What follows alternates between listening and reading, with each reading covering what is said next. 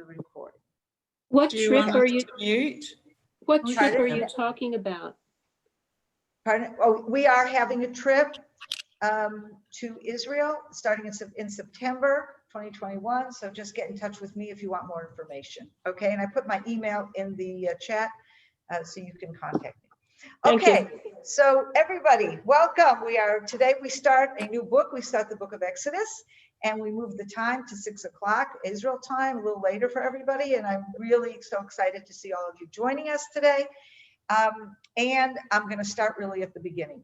The book of Exodus, the topic of our series for the book of Exodus is the redemption of Israel, for obvious reasons. I mean, Exodus is the book of, Exodus means the redemption and the leaving, the departure from Egypt. And so that's really what this book is about. Let's start from the beginning. First of all, what we see at the very beginning of chapter 1 is the transition from the family to the nation of Israel. If you recall, the book of Genesis really, especially beginning with Genesis 12, where we begin with Abraham, is the story of a family.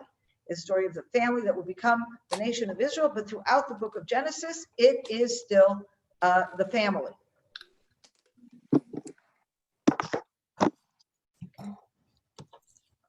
Okay, and wait, there's something funny about this.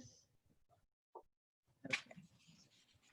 All right, it is still the family, and that is really what we're talking about.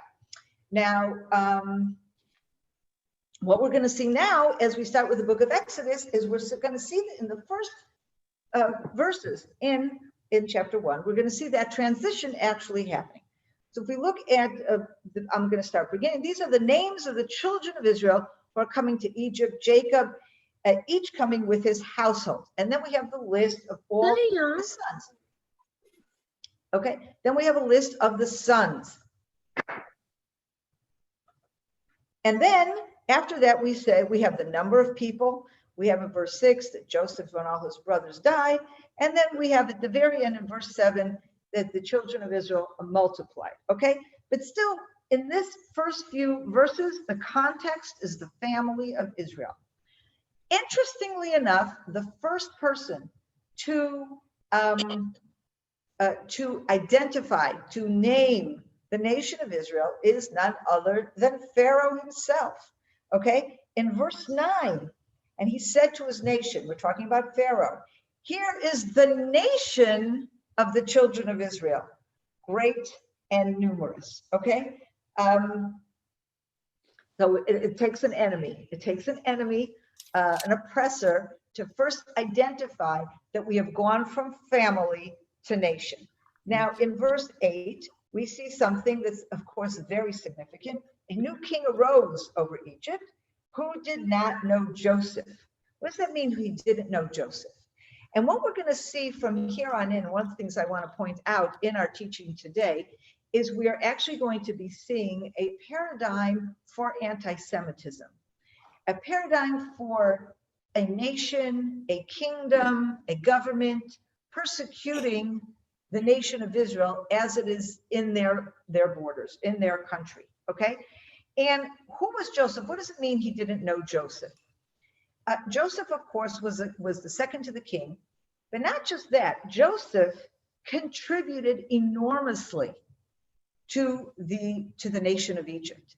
It was Joseph's plan, based, of course, on the prophetic vision that God had given to Joseph, where he knew and he was able to tell Pharaoh that there would be 7 days of plenty, followed by 7 years of plenty, followed by 7 years of famine, which enabled Joseph to put forward a plan, a vast economic plan that would enable the nation to get ready.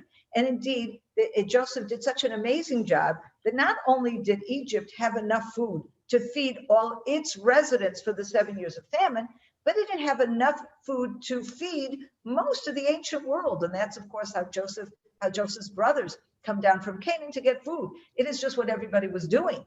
And that must have brought enormous economic benefit, diplomatic relations. I mean, just think of all these benefits that Joseph would have brought to Egypt.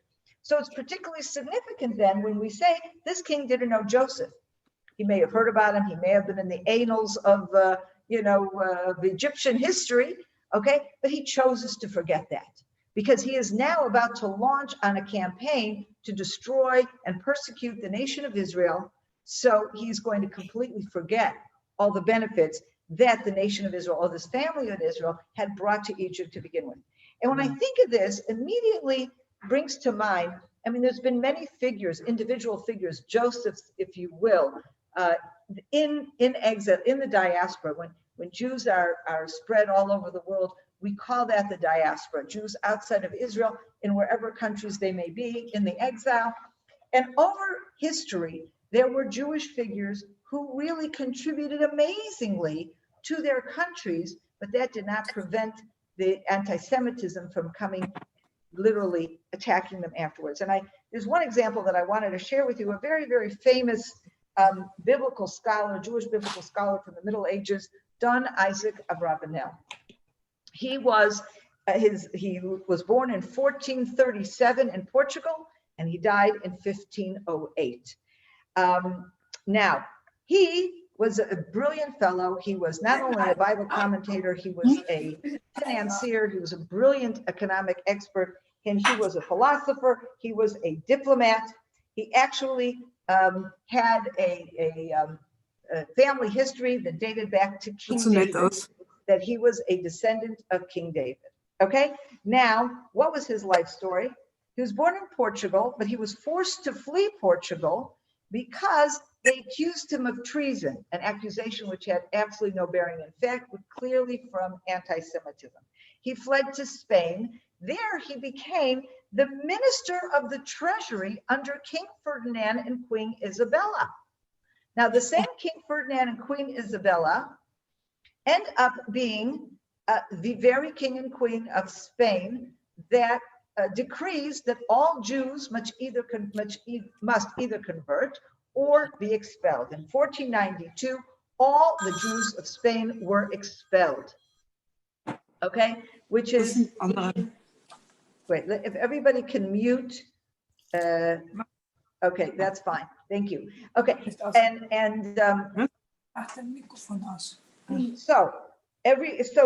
at that point in 1492, he is a very powerful person in the court of Queen Isabella and King Ferdinand. He was the ministry of the treasury, and so he tries desperately to convince the king and queen to reverse this order, and he fails. So he, together with all the Jews of Spain, are forced to flee, and he flees to Italy.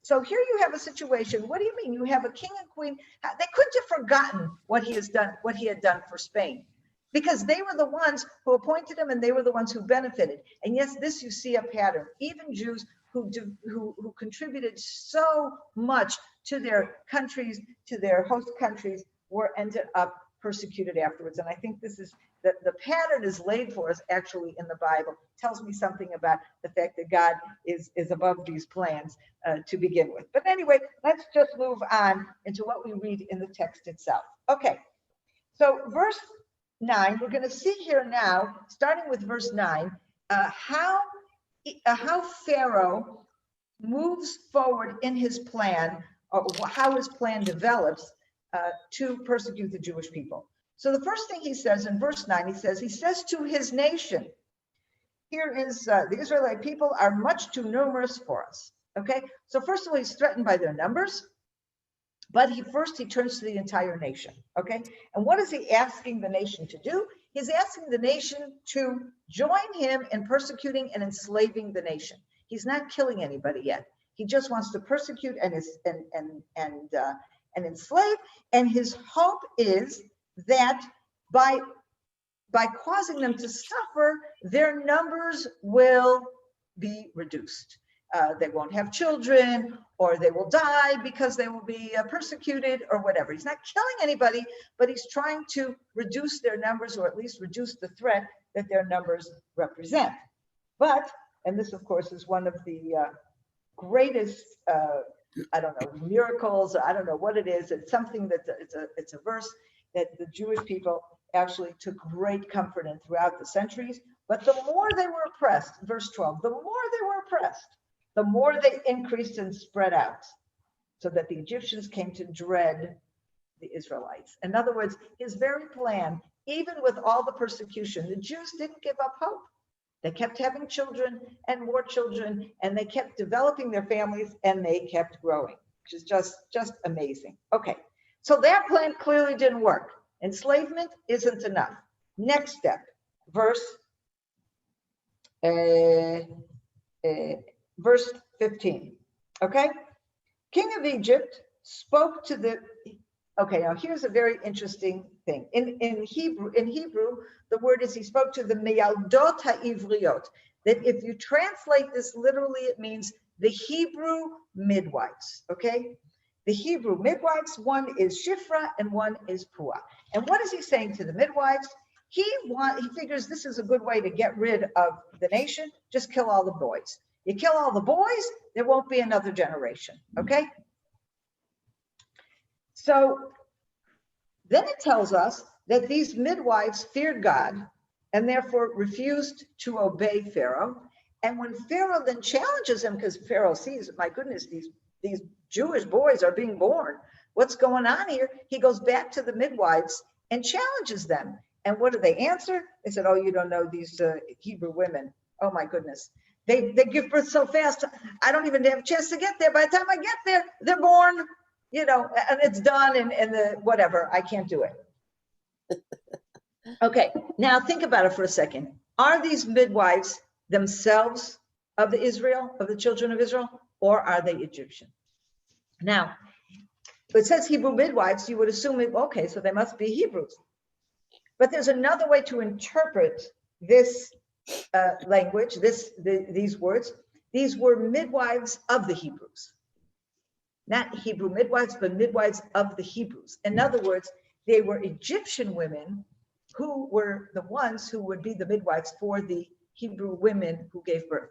Now, why does that make a lot more sense? Because there's no way in the world. What is Pharaoh doing here? He's seeking co-conspirators. He's turned to his entire nation, come, let's enslave the Israelite people, and they seem to have all cooperated. It didn't work, but they've cooperated. Pharaoh knows that his nation is behind him. There's no way in the world that it makes sense that he would go to an Israelite and say, do me a favor, Israelite, help me murder the babies in your nation. Nobody's going to cooperate. It doesn't make sense. He went, and it also is very interesting because it specifically says in verse 17 that these midwives fear God. Now, who knows the God of Israel? The Israelites know the God of Israel. It's no big deal. The fact that women who are Egyptian, who fear God, that's unusual.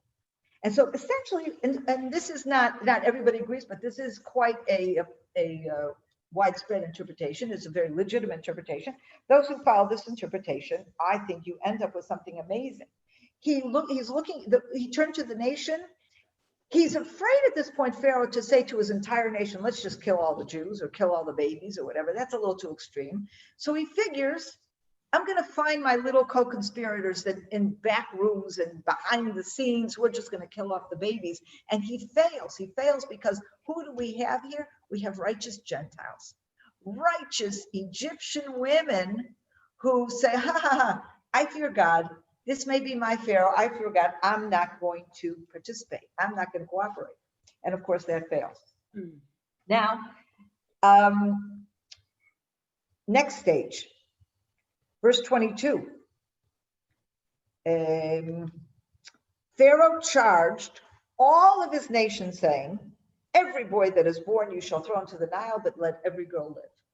So at the point at which he realizes he doesn't have co-conspirators anymore, he's got to come out into the open. And he goes back to that same nation that helped him oppress the Jews to begin with.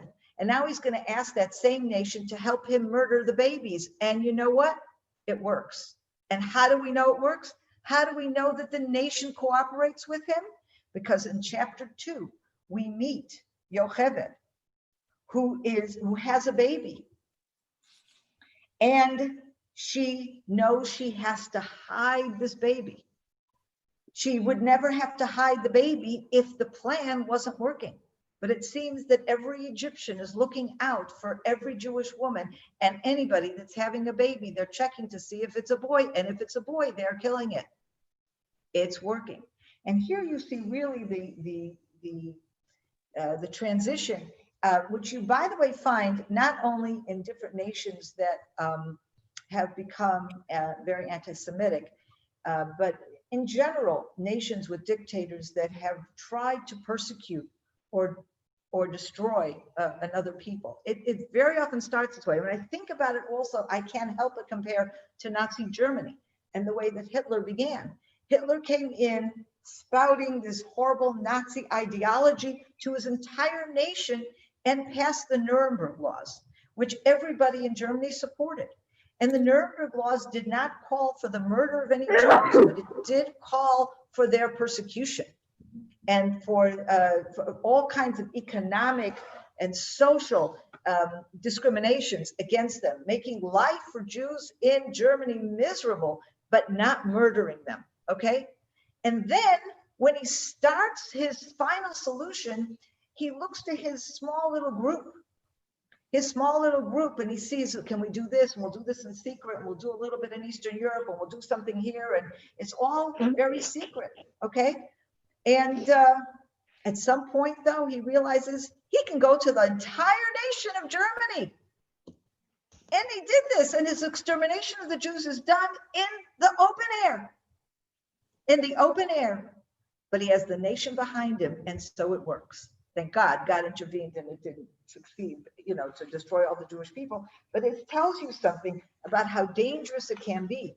Okay, how dangerous it can be when you have an evil leader who convinces an entire nation to try to destroy another nation.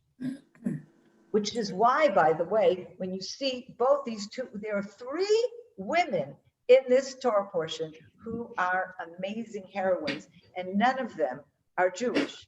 The first 2 are the midwives who saved the baby boys. But the third one, of course, is the daughter of Pharaoh himself. The daughter of Pharaoh, we don't even know her name, okay? Her name shows up later in Chronicles. Bithia is her name. But here, she's only ever called the daughter of Pharaoh. And I think that's part of what makes her so special. In the house of Pharaoh, he has, when at the beginning, he's looking at his midwives for his little co-conspirators. I'm sure he doesn't even imagine that in his own household, in his own family, he has people who are undermining his evil, evil plan. So, of course, we see, before we get to her and how she saves him, of course, we see that we have 2 other women figures in this story. We have Yocheved, who has given birth to Moses, and we have the sister, Miriam. Okay, and interesting, by the way, we don't have their names here. We learn their names later. But we have a mother, we have a sister, and we have the daughter of Pharaoh. Everybody in this story here is defined by their relationships, either their relationship to the bad guy, to Pharaoh, or the relationship to Moses, the mother and the sister. So I think about it, what do you think they were thinking? Okay, Yocheved she hides the baby for 3 months. She manages, after that, she realizes that she can't hide him, and she puts him in the Nile, in a little basket, and she puts him in the Nile, and then the sister stands by to think, okay, to see what's going to happen. And I asked myself, what did they think was going to happen? What could they possibly imagine would have happened? Because logically, there was only one thing that could have happened. That baby was going to drown. And I can think that maybe the mother would put the baby in and then walk away because I don't want to see the baby drown, okay? But the sister stands by because she wants to see what happens. I don't think she wants to see the baby drown. But I think what this indicates, that without a doubt, is that when these women put the baby in the Nile, they are hoping and believing for a miracle. If they didn't believe for a miracle, they wouldn't have done this, because they would have just waited and they would have eventually gotten caught and the baby would have been taken. So by doing this, they're clearly hoping that somebody will be a righteous Gentile, that there will be a righteous Gentile who finds this baby and saves him. Otherwise, they would never have put him in the Nile. And of course, that righteous Gentile is the daughter of Pharaoh. And, this is something, if we see on the one hand in this first chapter, a nation gone crazy with evil, all united in the purpose to persecute and then murder the Jewish people. And yet you have these individuals, the midwives, they have no power. God puts them in the right place at the right time, but they're just ordinary people. And just because of their belief and trust in God, their fear in God, that they decide to do the right thing. And then you have the daughter of Pharaoh, who was at the highest level of society, and she takes advantage of her position to save this one boy. Now, there's a Jewish saying, he who saves one individual saves an entire world. And that is true of anybody. And the idea behind that is if you save one person, you are enabling him to continue for generations. That person will have children and grandchildren and great-grandchildren. Every single person is a source, is a seed for an entire world. But I think in this case, saving Moses is a whole different ballgame, because he didn't just save a world in that normal sense. But Moses, of course, is saved and becomes the redeemer of an entire nation, becomes a redeemer of the nation of Israel. So this little act that is done by this daughter of Pharaoh is so much more than just saving this one little baby. She doesn't know it, of course, but that's, of course, what happens. Now, as we move on into towards the end of, at the beginning of chapter 2, we are going to see how Moses makes his own transition from the house of Pharaoh back to his people.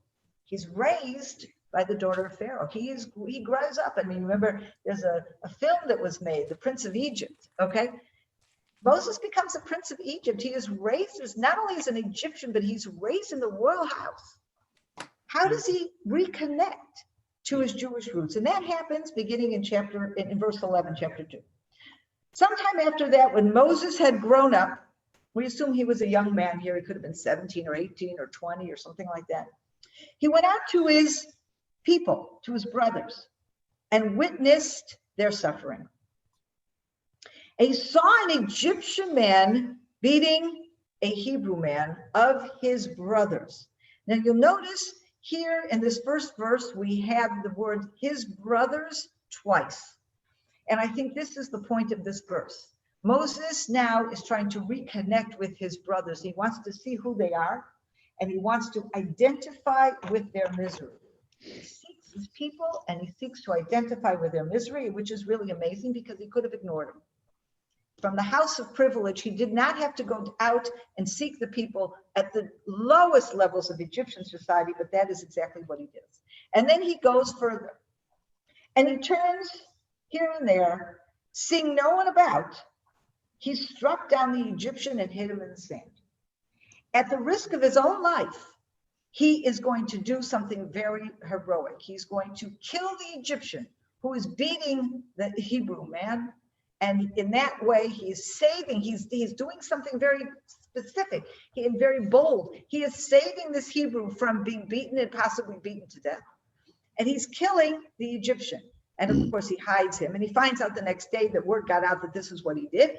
And therefore, he is at great risk and he runs away and he ends up in Midian, where he spends quite a number of years. He lives there.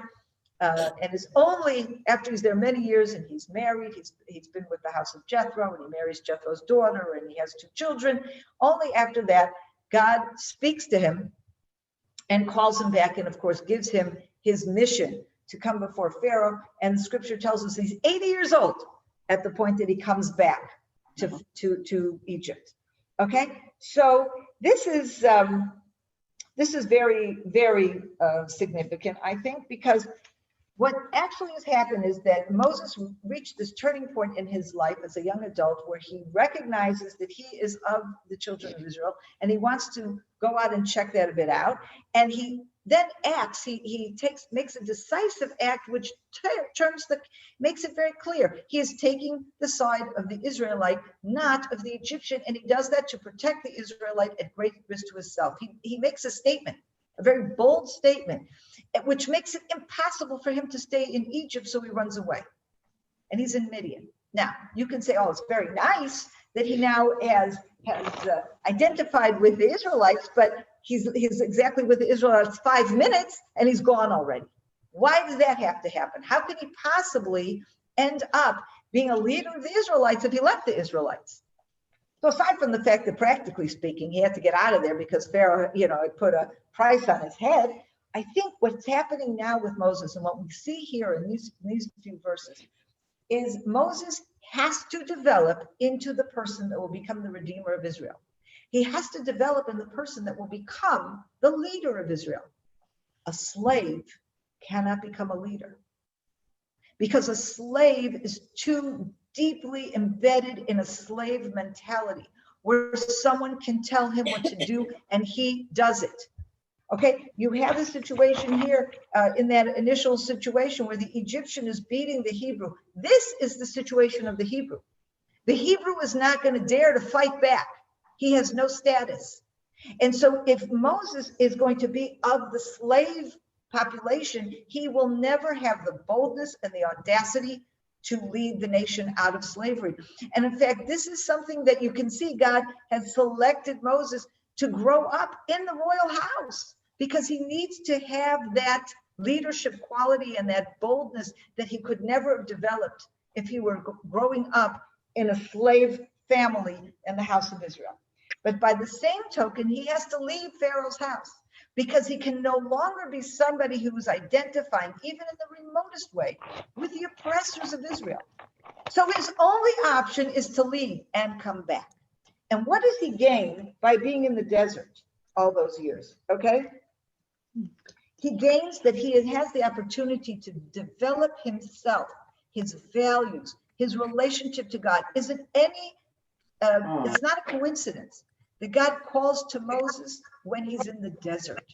He's shepherding his flock in the desert, and the burning bush, okay, it's a bush that's one of these, it's a bush that is typical of the desert. It's a dry, whatever, desert kind of bush. And it is that kind of experience, being in the desert in this remote area where he's not affected by other parts of civilization, not the oppressors and not the oppressed. He has the ability to be on his own, to develop his own values, to re-identify as the Jewish people, but at the same time to develop a relationship with God. And it is only coming out of that unique experience that he is able then to come back and become a leader of Israel. And I would just end with an observation, okay?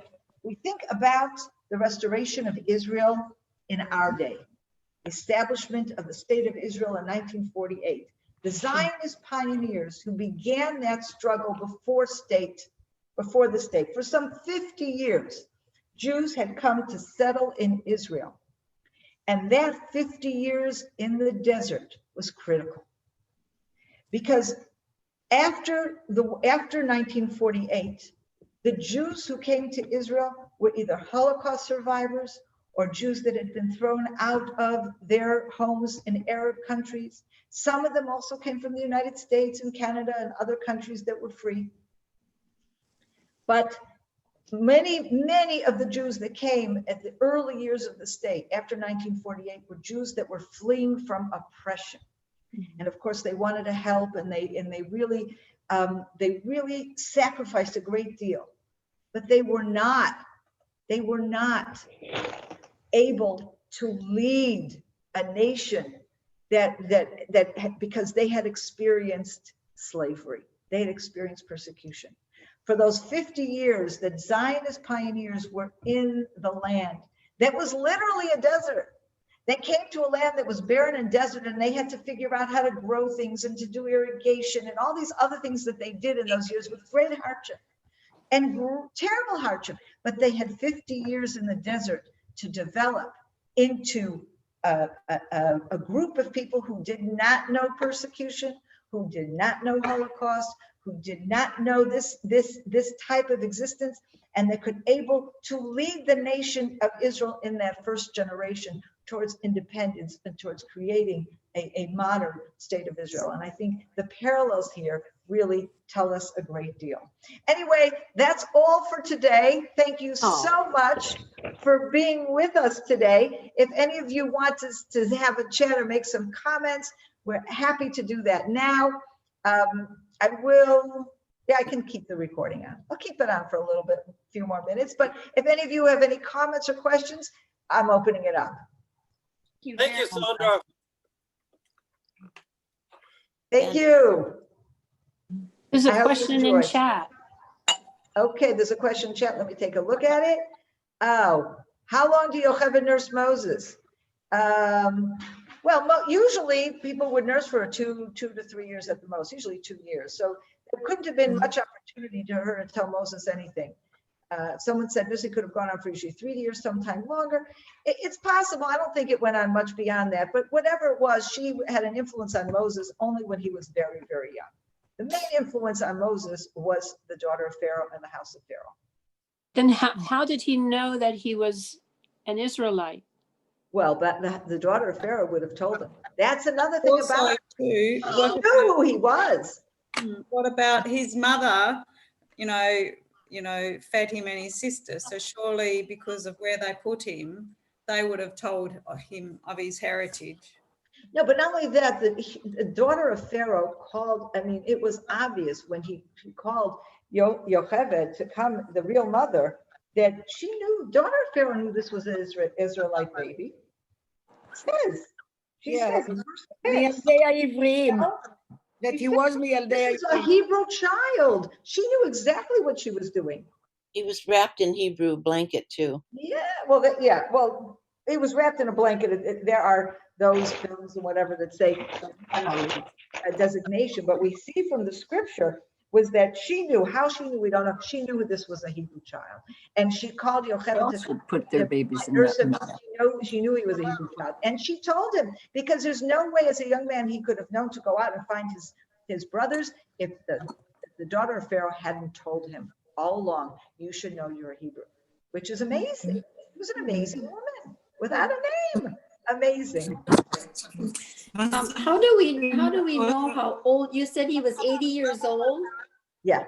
The scripture says that. I'll find it for you. It says he was 80 years old when he stood before Pharaoh. Let's see. If I don't find it immediately, I'll just send me an email and I will send it to you. I'm not finding it right away, but it's definitely there. In the scripture itself, it says that he was 80 years old when he stood before Pharaoh. Okay, well, that's encouraging. But Moses was raised as well by his mother, right? His biological mother? Yeah. Only until she stopped nursing him. Then she returned him to the daughter of Pharaoh. But the Pharaoh, was the Pharaoh the same generation when he was grown up, or was he the next generation already? Pharaoh? No, this was the same Pharaoh who enslaved the Jewish people. Oh, it was a different Pharaoh for the Exodus, but it is the Pharaoh that enslaves the Jewish people that starts the process. Okay. Yeah. Excuse me. Yes. Is it possible to get the recording of this? Because I couldn't join. So we record everything. Please, if you've registered for this, we have your email. We will send you the recording. If you want to be sure we have your email, just send me an email. I'm Sondra@CFOIC.com. And we'll make sure you get it. But if you've registered for this class, we have your email and we will send everyone the recording. Probably won't be able to send it until Sunday, but we will send it on Sunday. That's fine. Thank you very much. Okay. Anyway, have a great evening and a great weekend. Shabbat shalom to everybody. Shabbat shalom. Be well. Thank you. Thank you. Shabbat shalom. Bye-bye. Shalom. It's not Shabbat.